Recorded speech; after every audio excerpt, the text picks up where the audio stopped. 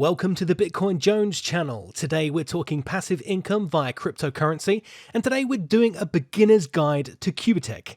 And as always, this is not financial advice, so do your own research and make sure this is right for you. There's a tendency to assume a lot on YouTube, and I've done my fair share of this too. Nothing was more apparent than when I tried to help someone along as they were trying to buy their first digital license with QubitTech. So my aim in this video is to provide a sort of step-by-step guide to QubitTech in as clear and concise language as possible. First of all, you have to find the website. That's the simple thing. In my video description down below, there is a link. It's my Linktree, and it takes you to a selection of nice things that I'm in, plus my Facebook, Twitter, and Telegram. QubitTech is there, and it should be at the top. Click that, and then you've taken your first step.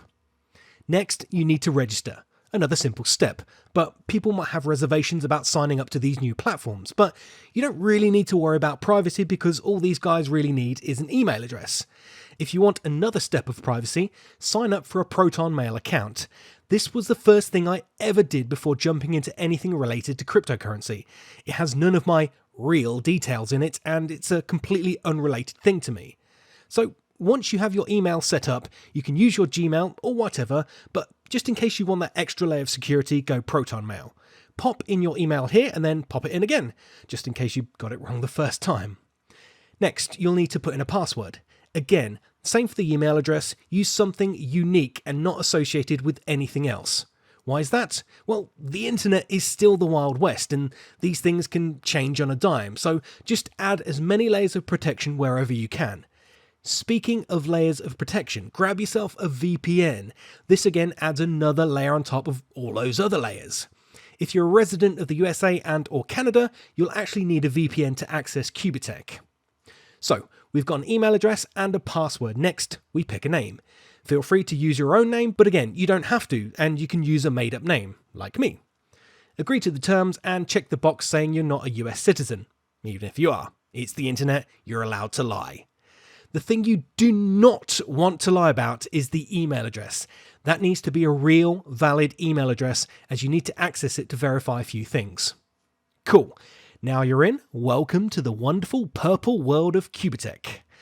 Here we are. Boom! What are we looking at? Well, the most important things you need to take a look at are these 8 little boxes underneath where it says digital license.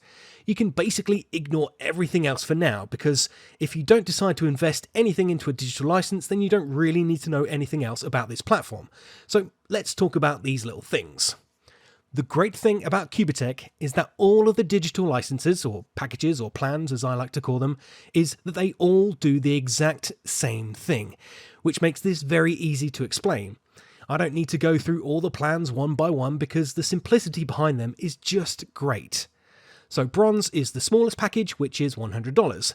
Then we have Bronze Plus at $500, Silver at $1,000, Silver Plus at $5,000, Gold at $10,000, Gold Plus at $25,000, Platinum for $50K, and finally the biggest plan of them all, Platinum Plus at $100,000. Now, no matter which plan or package you choose, they will all reward you around 25% each month.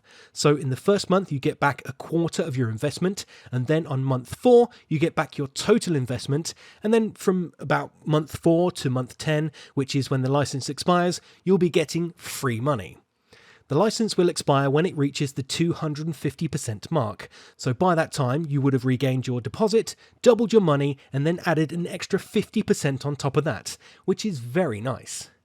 Now, just as an example, I'll use myself. I have a Silver Plus digital license, which is the $5,000, and it's locked up. This will reward me back 25% of my deposit every month, which in my case is $1,250.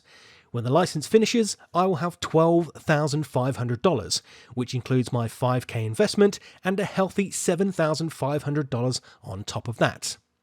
So, how do we purchase a digital license? The first thing is selecting which plan you want to go for. Let's show an example here.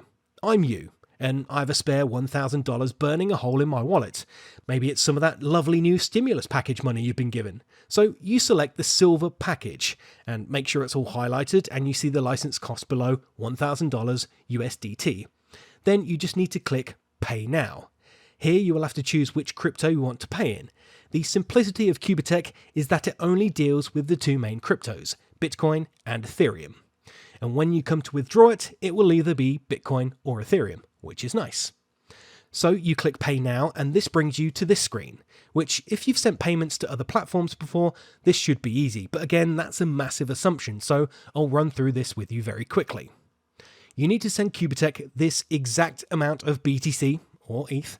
Don't enter $1,000 or anything other than that number. Why is this important? Well, because the price of BTC fluctuates minute by minute, so by the time you come around to sending $1,000 in 5 minutes time, you might not end up sending the correct amount. Now, things change a little bit because it all depends on where you're sending your crypto from. I use the Crypto.com app, and within the app there is a charge to send BTC, which is usually 0.004 BTC. So when I send my cash in, I have to add on 0.004 to the number QubitTech gave me. Now, when you have the correct amount ready to send over, you need to copy this long code here and send your coins to it. Alternatively, if your app or website or wallet has the ability to scan QR codes, then do that. It's more accurate and faster. Once you've sent the correct amount to the correct address, you now need to click I've paid. This is very important.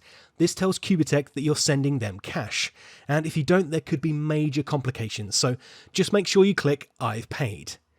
This can take up to 72 hours to register the payment. My deposit was active after 48 hours, but others have said 72, and the quickest I've seen is about 2 hours.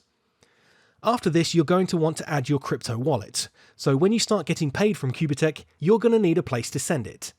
QubitTech have recently added an extra layer of security, and wallets can take 48 hours to be verified. So get your wallet added at the same time you purchase your license. That way you're not wasting any time. To add a wallet, go back to your main panel. To do this, click those lines at the top next to your email address and then hit main panel. Now, on the right hand side, you will see this vertical stripe of purple. Hit add wallet and then you can add a BTC wallet or an ETH wallet or even both. In your app or wallet, you'll have a deposit address, which is a huge string of numbers and letters. As you can see here, mine is at the bottom and these normally start with a digit rather than a letter. Whatever you do, do not ever give out your private keys, okay? So that long address goes in the address box, and then you can label your wallet here, because if you're going to add multiple wallets, you're going to want to label them differently so you know where your crypto is going. Mine also has a Google 2FA box. Yours probably won't unless you've already set that 2FA up in the settings part, which is found in the top left over by your email address. For now, we'll have to wait for your license to become active. Like I said, this is between 1 and 3 days typically. After a few days, depending on what plan you go for, you can withdraw some of your lovely rewards. You'll need at least $10. If you have $10 in there and your wallet is verified, click the withdraw button. Withdrawing is super easy, which is exactly what I like to hear. Enter the amount you want to withdraw. If you want to get the full amount, then you can copy and paste your amount that's on the left-hand side. The box below will show your wallet address, choose which one you want to withdraw to, and then hit withdraw. Again, if you've not set up your 2FA, this might not show on your page, but if you haven't, you can always set this up by clicking the icon next to your email address at the top left. You get charged a measly 2.5% to withdraw from QubitTech, and the withdrawals are similar to deposits, 24 to 72 hours before it hits the wallet. The last few things you need to take a look at are on the main panel.